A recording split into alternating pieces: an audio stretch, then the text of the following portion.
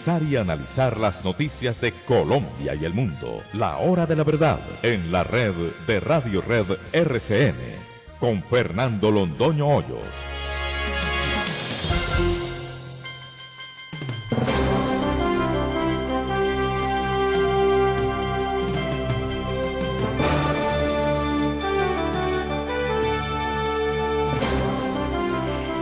Son las 6 de la mañana, bienvenidos, esta es La Hora de la Verdad, bajo la dirección del doctor Fernando Londoño Hoyos.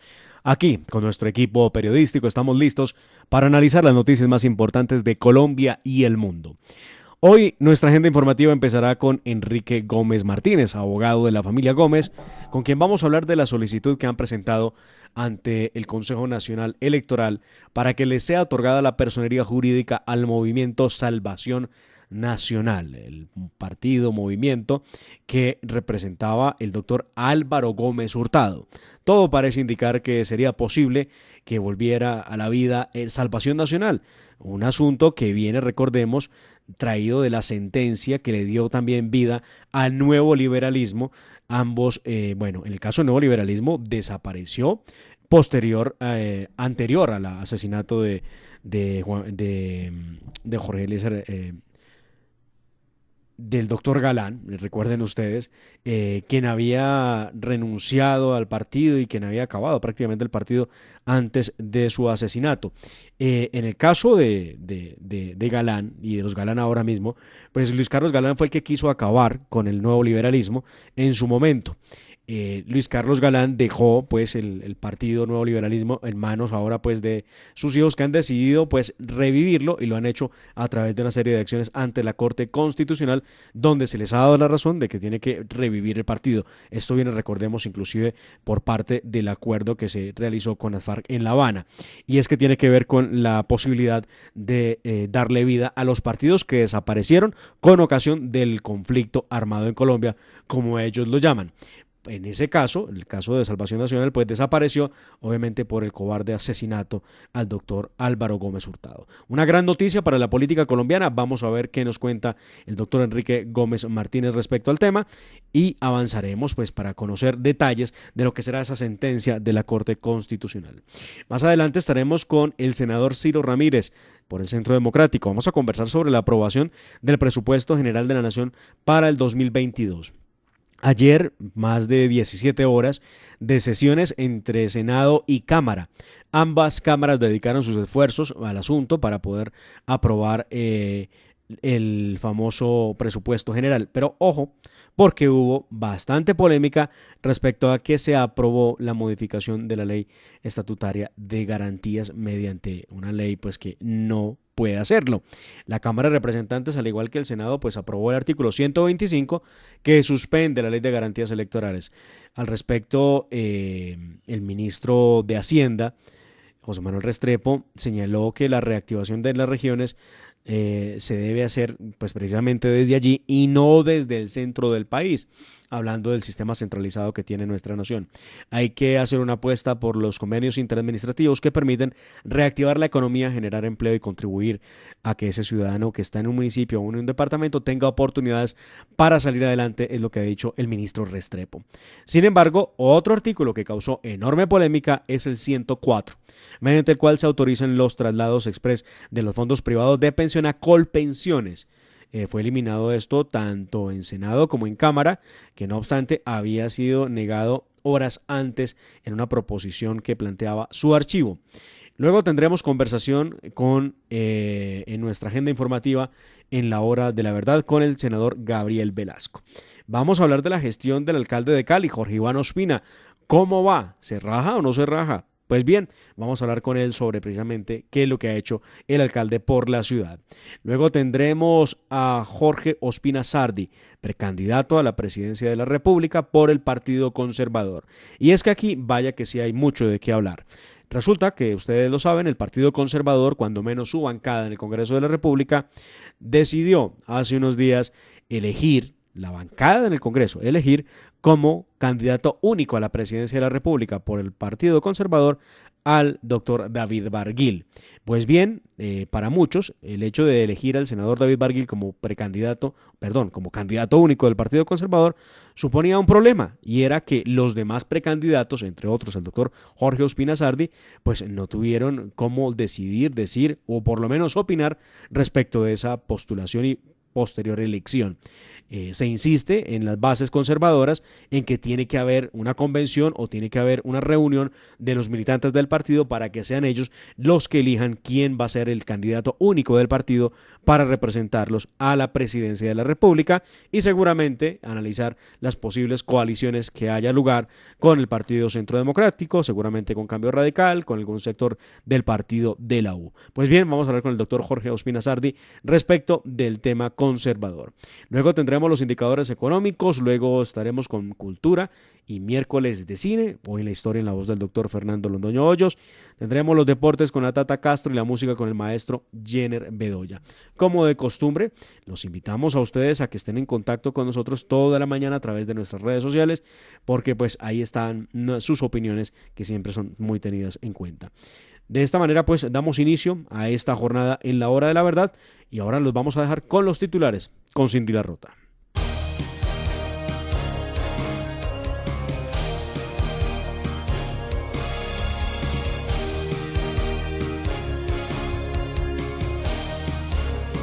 Firmante del acuerdo en La Habana, guerrillero de las FARC Rodrigo Granda fue deportado desde México cuando pensamos que había sido capturado, Cindy.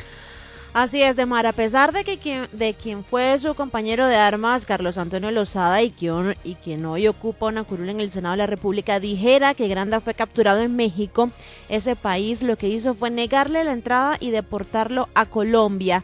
Granda viajó a ese país para participar en un seminario en representación del partido de las FARC, el Partido Comunes, y fue retenido a su llegada al país norteamericano. Lozada aseguró que Rodrigo Granda tenía permiso de la JEP para asistir al evento y que fue el gobierno nacional quien pidió al Interpol activar una circular roja mientras iba volando a México. El presupuesto general de la Nación para el 2022 fue discutido ayer en el Congreso y fue aprobado posteriormente. Las plenarias del Senado y Cámara de Representantes discutieron ayer el proyecto del presupuesto general de la Nación para el próximo año por un monto de 350.4 billones de pesos, proyecto que fue aprobado en su totalidad por ambas cámaras. Uno de los puntos claves de marzo se centraba en el artículo 125 del proyecto, que consistía en modificar la ley de garantías, pero pese a la polémica, fue aprobada la modificación en el Senado con 54 votos a favor y 30 en contra. Gustavo Petro se pronuncia tras las declaraciones y que ha entregado y las pruebas de Hugo El Pollo Carvajal sobre el presunto apoyo del régimen de Venezuela a su campaña. El senador de extrema izquierda y precandidato presidencial por el Pacto Histórico anunció a través de su cuenta de Twitter que no conoce ni a Alex Saab ni al general Hugo Carvajal. Agregó que está alistando una intervención jurídica para confrontar al general y presunto narcotraficante Hugo Carvajal, sea en España o sea en Estados Unidos. El secretario de Estado de los Estados Unidos llega hoy a Colombia. Anthony Blinken estará en el país entre este 20 de octubre y mañana 21 de octubre para reunirse con el presidente Iván Duque y con la vicepresidenta y canciller Marta Lucía Ramírez. El secretario de Estado de Estados Unidos participará mañana en una reunión ministerial para abordar la crisis de los migrantes, tanto venezolanos como haitianos, los dos flujos migratorios más grandes del continente. En noticias sobre la pandemia, menos de 1.000 casos nuevos en Colombia se registraron por COVID. El Ministerio de Salud reportó este martes un total de 952 nuevos casos de COVID-19, una cifra que no se registraba desde el año pasado. Los fallecidos fueron 24, de los cuales 5 ocurrieron en días anteriores. En Bogotá se aumenta el aforo para bares, discotecas, conciertos y estadios. El distrito anunció que se ampliará el aforo al 75%, tanto para la realización de conciertos como en bares, gastrobares y discotecas. También en los estadios El Campín y de Techo a partir de este 20 de octubre. Eso sí, con la condición de que se mantenga el distanciamiento físico de 1 metro entre grupos de personas o familias. La Alcaldía Mayor de Bogotá, ADEMAR, explicó que gracias al comportamiento epidemiológico de la ciudad es posible avanzar en este proceso de reactivación. No me imagino a los ciudadanos yendo a la discoteca a mantener la distancia de 1 metro. Sí. En noticias internacionales, la justicia española le negó la solicitud de asilo a Hugo El Pollo Carvajal. La Oficina de Asilo y Refugio de España negó por segunda vez el asilo político solicitado por el ex jefe de inteligencia del régimen de Hugo Chávez en Venezuela. Esta decisión acerca mucho más a Hugo Carvajal a que se materialice su extradición a Estados Unidos, donde es solicitado por la justicia de ese país por los delitos de lavado de activos y por colaborar con las FARC para llevar cargamentos de droga a Estados Unidos. Fuertes disturbios se presentaron ayer en Ciudad de Guatemala. Más precisamente en el centro histórico de la capital guatemalteca, en la sede del Congreso, que fue invadido a la fuerza por militares veteranos que exigen una compensación económica por sus servicios en el conflicto armado interno de ese país entre 1960 y 1996. Más de 200 agentes antimotines de la Policía Nacional Civil de Guatemala tuvieron que intervenir para retomar el control de la sede del Parlamento. Además, se presentaron fuertes disturbios y la fuerza pública tuvo que hacer uso de bombas lacrimógenas para contener el caos. Opositores fueron liberados en Myanmar. Más de 5.000 opositores que fueron encarcelados en medio de las protestas en contra del nuevo gobierno de Myanmar serán liberados de mar. Esta amnistía es una decisión del líder de la junta militar que gobierna ese país actualmente tras el golpe de estado del pasado mes de febrero. El general Min Aung Hlaing. Ayer salieron de la prisión de Insein en Yangon los primeros presos de estos miles, quienes eran esperados por sus familiares y amigos. Funcionario del gobierno de los Estados Unidos dio positivo para COVID-19. Se trata del secretario de Seguridad Nacional Alejandro Mayorkas y según dijo la portavoz de la Secretaría de Seguridad de Estados Unidos, Mayorkas cuenta con su esquema de vacunación completo y solo experimenta una leve congestión.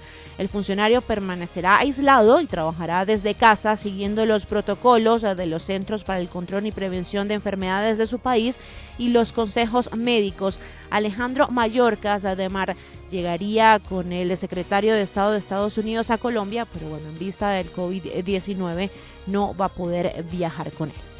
Pues sí, tendrá que quedarse confinado mientras pasa su mal rato por COVID-19. En otros hechos, la Argentina congelará los precios de los alimentos.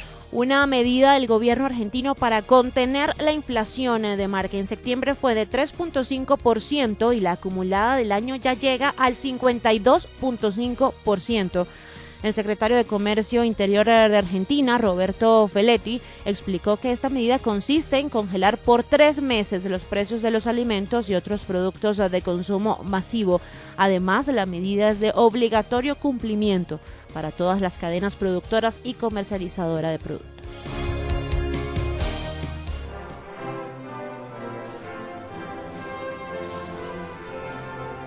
Y es el momento de hablar de deportes con la Tata Castro. Luis Díaz fue la gran figura del Porto ayer en la Champions. Sí, Demar, el volante colombiano anotó el único tanto del partido en el que su equipo se impuso 1-0 de local sobre el Milán de Italia en la tercera fecha del Grupo B. De esta manera, el Porto de Portugal ganó su primer partido en esta competencia y con 4 puntos se metió en la pelea por una de las 2 casillas para ir a los octavos de final. Primera derrota del equipo sorpresa en esta Champions, el Sheriff Tiraspol. El equipo de los colombianos Danilo Arboleda y Fran Castañeda cayó 3-1 frente al Inter de Milán en el Giuseppe Meazza. Los colombianos fueron titulares en el equipo de Moldavia que pese a la derrota es líder del grupo D junto al Real Madrid, ambos con 6 unidades, mientras que el Inter de Milán ocupa la tercera casilla con 4 puntos. Entre tanto, Real Madrid goleó con gran actuación de Vinicius Junior. El Real Madrid se recuperó en el grupo de la Champions League con una goleada 5-0 al Shakhtar Donetsk de Ucrania en partido disputado en el Estadio Olímpico de Kiev. El equipo merengue venía de perder de local con el Sheriff Tiraspol en la segunda jornada de la fase de grupos. El brasileño Vinicius Junior fue la gran figura con 2 goles anotados. Y por último, el Paris Saint-Germain sufrió para vencer al Leipzig alemán. Un doblete del argentino Lionel Messi en la segunda parte, cuando su equipo iba perdiendo, permitió la remontada de los suyos en el Parque de los Príncipes y terminar venciendo 3-2. Y definida la hora para el partido frente a Paraguay en Barranquilla.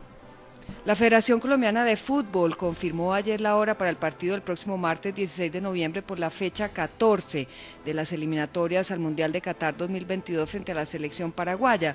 El horario cambió y será a las 6 de la tarde.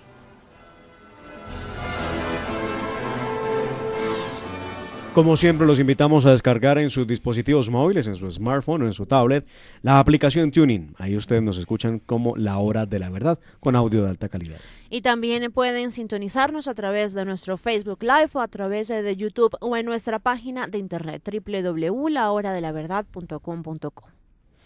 Recuerden ustedes que nos pueden encontrar a través de nuestro dial en Radio Red de RCN, 710 AM en Medellín, 1200 AM en Cali y 970 AM en Bogotá de Radio Red de RCN. Y también en Sincelejo, Radio Sabana de Sincelejo a través de los 1370 AM.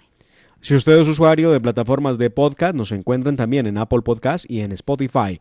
Ahí tiene nuestro contenido, las emisiones, como también las entrevistas y todos los tramos del programa.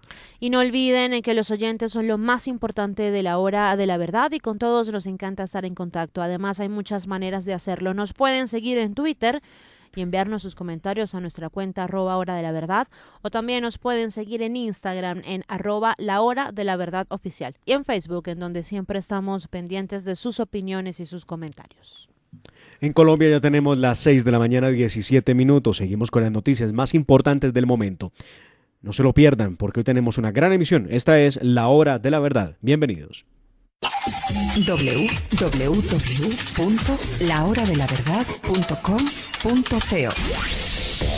Escúchenos desde cualquier parte del mundo a través de nuestra página de internet. Opinión, deportes, cultura y entrevistas. Visítenos y participe. www.lahoradelaverdad.com.co. Pase la voz.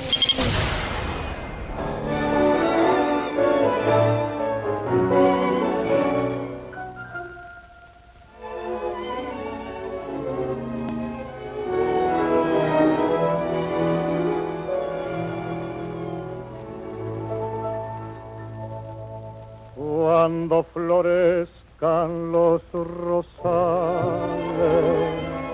y todo el prado esté de verde, cuando el invierno que me envuelve se haga dulce primavera, renacerá la paz del alma y más romántica y serena se posará la luna llena sobre tu balcón,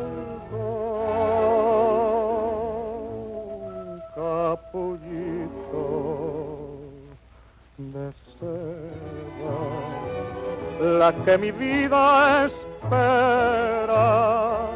En mi canto se queda la esperanza de tu amor,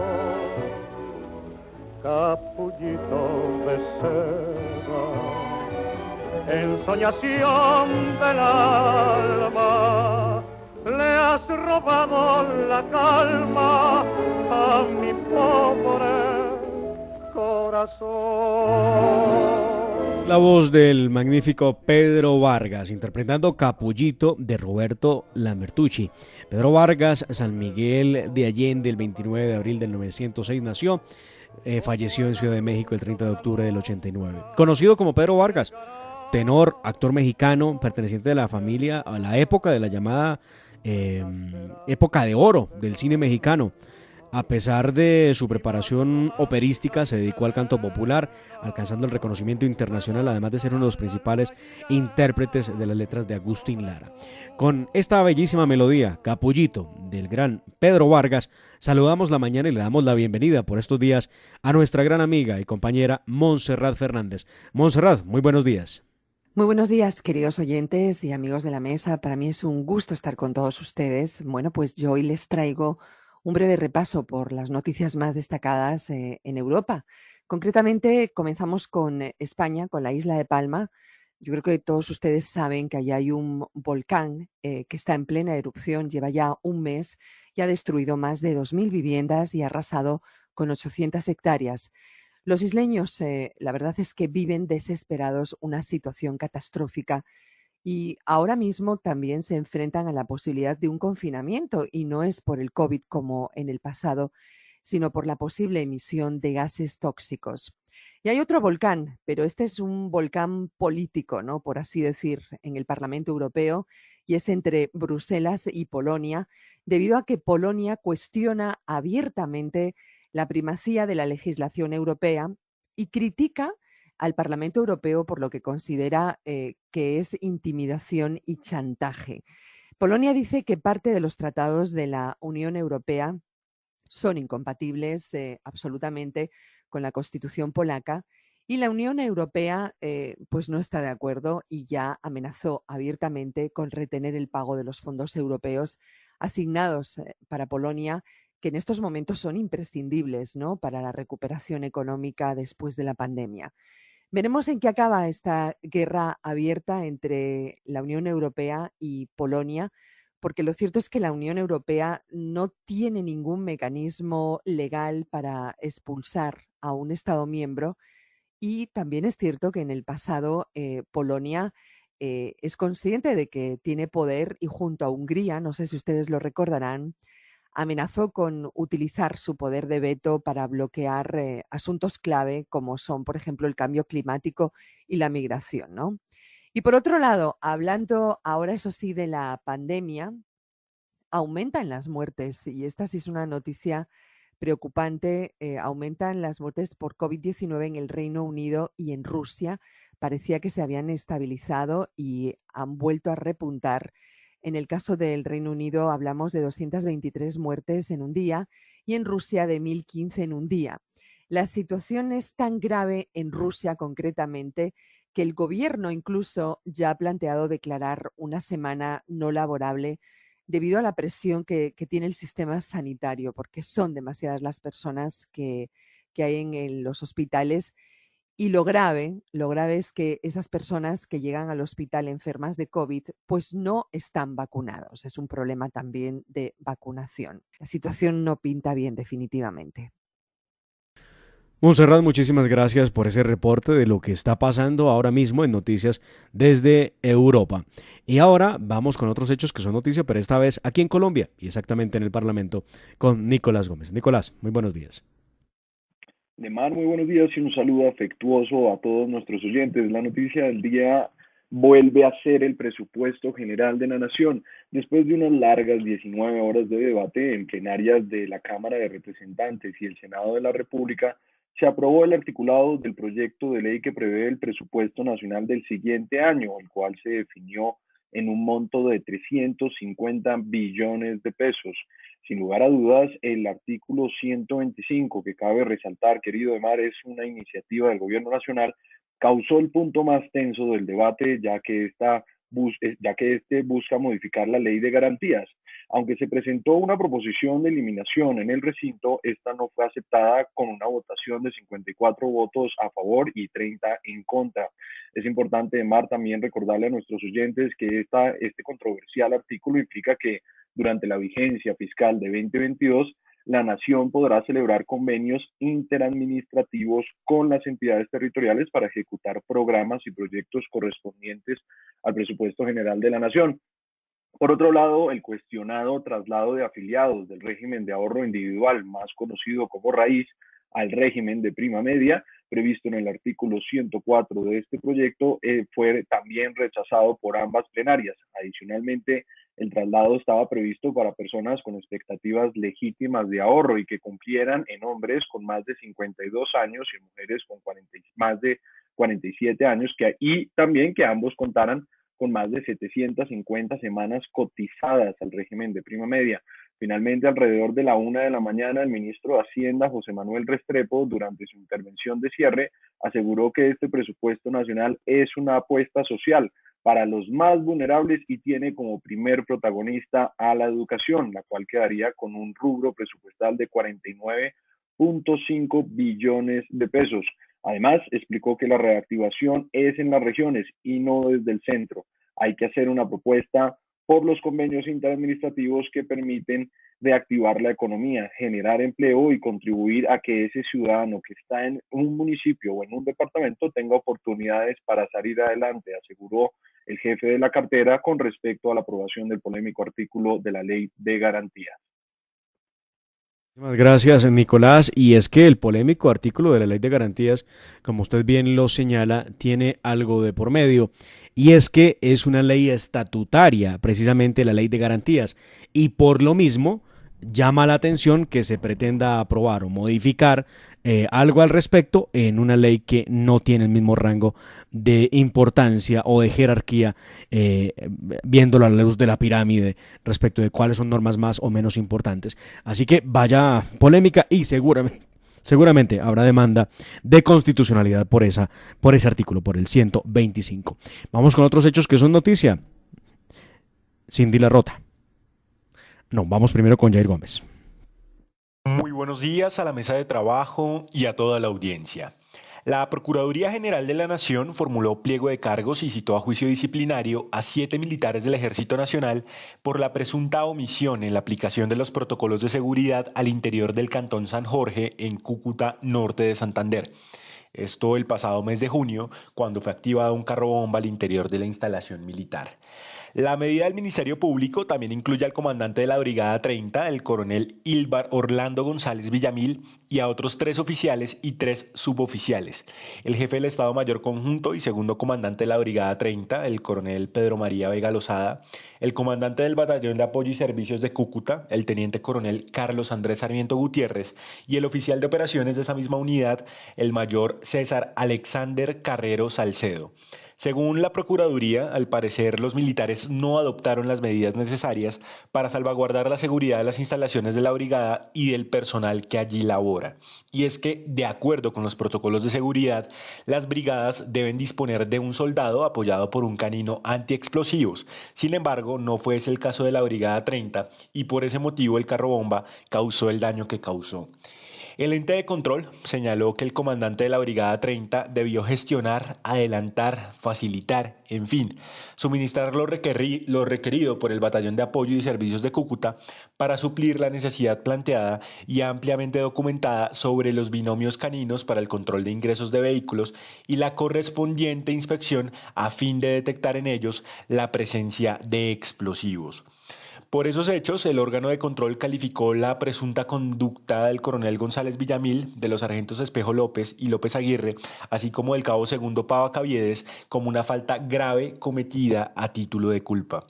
Recordemos que el atentado contra la Brigada 30 ocurrió el pasado 15 de junio y dejó un saldo de 36 personas heridas.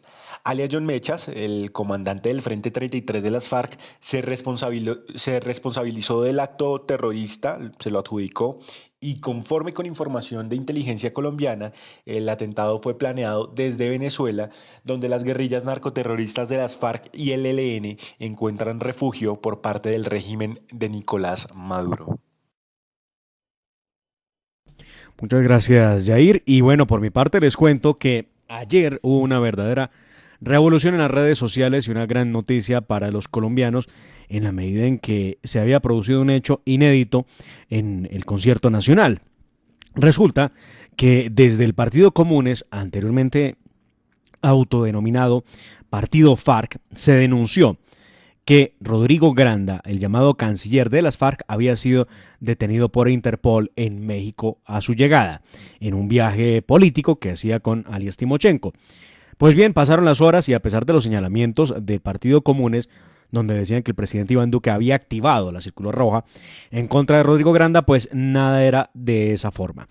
Rodrigo Granda fue retenido en el área de migración del Aeropuerto Internacional de Ciudad de México luego de que Paraguay expidiera como correspondía la circular roja de Interpol.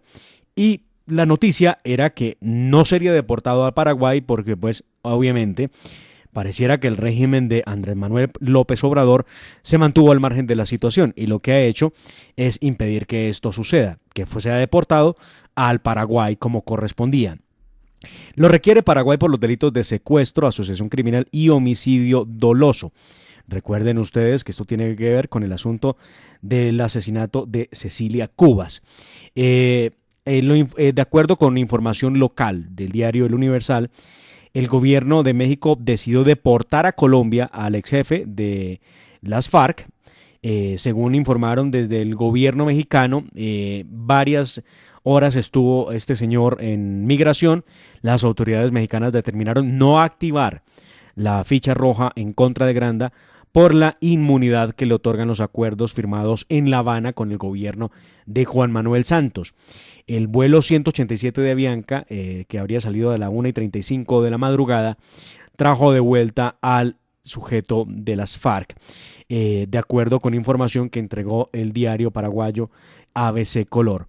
El medio también señaló que el presidente de México, Andrés Manuel López Obrador, habría firmado un decreto presidencial para ordenar el regreso de Granda a Colombia, atizando que aún no había ingresado al suelo de su país. Claro, estuvo en esa zona intermedia, que no es todavía pasando migración, y simplemente bajándose del avión, razón por la que dijeron, no entró al país, Interpol no le podía capturar, y de la misma manera lo deportan inmediatamente a Colombia, donde goza, pues obviamente, de impunidad, como todos lo sabemos. La ONG Human Rights Watch Internacional, a través de su cuenta de Twitter, anunció que la Cancillería mexicana no habría detenido a Granda. La Cancillería mexicana no detuvo a Rodrigo Granda, sino que lo rechazó de entrada a su país.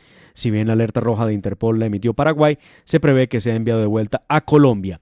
Además, un militante del Partido Comunes, en el cual milita Rodrigo Granda, confirmó que el ex jefe guerrillero regresaba a Colombia después de que las autoridades mexicanas revisaran su situación, sin detenerlo nunca, contrario a lo que se pensó en un principio. Son los hechos que tenemos que registrar, y ahora sí, nos vamos con otros que son mucho más amables, con la Tata Castro. Tata, buenos días. Muy buenos días a todos. El inicio de la tercera jornada de la fase de grupos de la Champions ayer dejó varias cosas para resaltar. Primero que todo, lo hecho por el colombiano Luis Díaz con su equipo del Porto de Portugal. El colombiano anotó el gol que le dio la victoria a su equipo frente al Milán para mantenerse en la pelea por alguno de los dos cupos para avanzar a octavos de final. Ambos se jugaban casi que su última posibilidad en el certamen, y Luis Díaz, como dice la prensa italiana, enterró al conjunto milanés, que sigue sin sumar en esta Champions. 3 partidos jugados, 3 perdidos. Por otra parte, la cenicienta de este torneo sufrió su primera derrota. Estoy hablando del Sheriff Tiraspol, que perdió 3-1 frente al Inter de Milán, una victoria muy necesitada para el conjunto italiano, que es tercero en el grupo D, donde el Real Madrid es colíder gracias a la goleada que le propinaron ayer al Shakhtar ucraniano por 5-0. El Sheriff, a pesar de la derrota, es líder con los mismos puntos que el Real Madrid. Y en el Parque de los Príncipes, el argentino Lionel Messi con el Paris Saint-Germain se lució con 2 goles en el segundo tiempo que sirvieron para remontar y terminar ganando el sufrido partido frente al Leipzig alemán. Lo feo de la jornada de ayer: la actitud de Diego Simeone, técnico del Atlético de Madrid, quien tras perder frente al Liverpool en el Wanda Metropolitano, no quiso darle la mano al técnico Jürgen Klopp del equipo inglés, salió corriendo para el camerino apenas terminó el encuentro. Mal perdedor el entrenador argentino. Hoy continúan los partidos de la tercera jornada de la fase de grupos. El Atalanta con los colombianos Duván Zapata y Luis Fernando Muriel visitan al Manchester United en el Old Trafford. El Atalanta es líder de ese grupo F con 4 puntos y el conjunto inglés es tercero con 3 puntos. El encuentro comenzará hoy a las 2 de la tarde de Colombia. A la misma hora, Juventus con Juan Guillermo Cuadrado visitan al Zenit San Petersburgo. El equipo italiano lidera ese grupo H con 3 puntos de diferencia sobre el Chelsea, que hoy recibe al Malmo. Continúa el buen fútbol. Más adelante en nuestra sección deportiva ampliaremos esta y otras noticias. Muchísimas gracias, Tata, y bueno, no se muevan porque en segundos estaremos hablando con Enrique Gómez Martínez, abogado de la familia Gómez, para hablar de la solicitud que se ha presentado ante el Consejo Nacional Electoral para otorgarle la personería, o devolverle la personería jurídica más bien, al Movimiento Salvación Nacional del doctor Álvaro Gómez Hurtado. Vamos a preguntarle cómo va el proceso, qué ha pasado y si hay expectativa de que pueda renacer el Movimiento Salvación Nacional. Ya regresamos para hablar con él.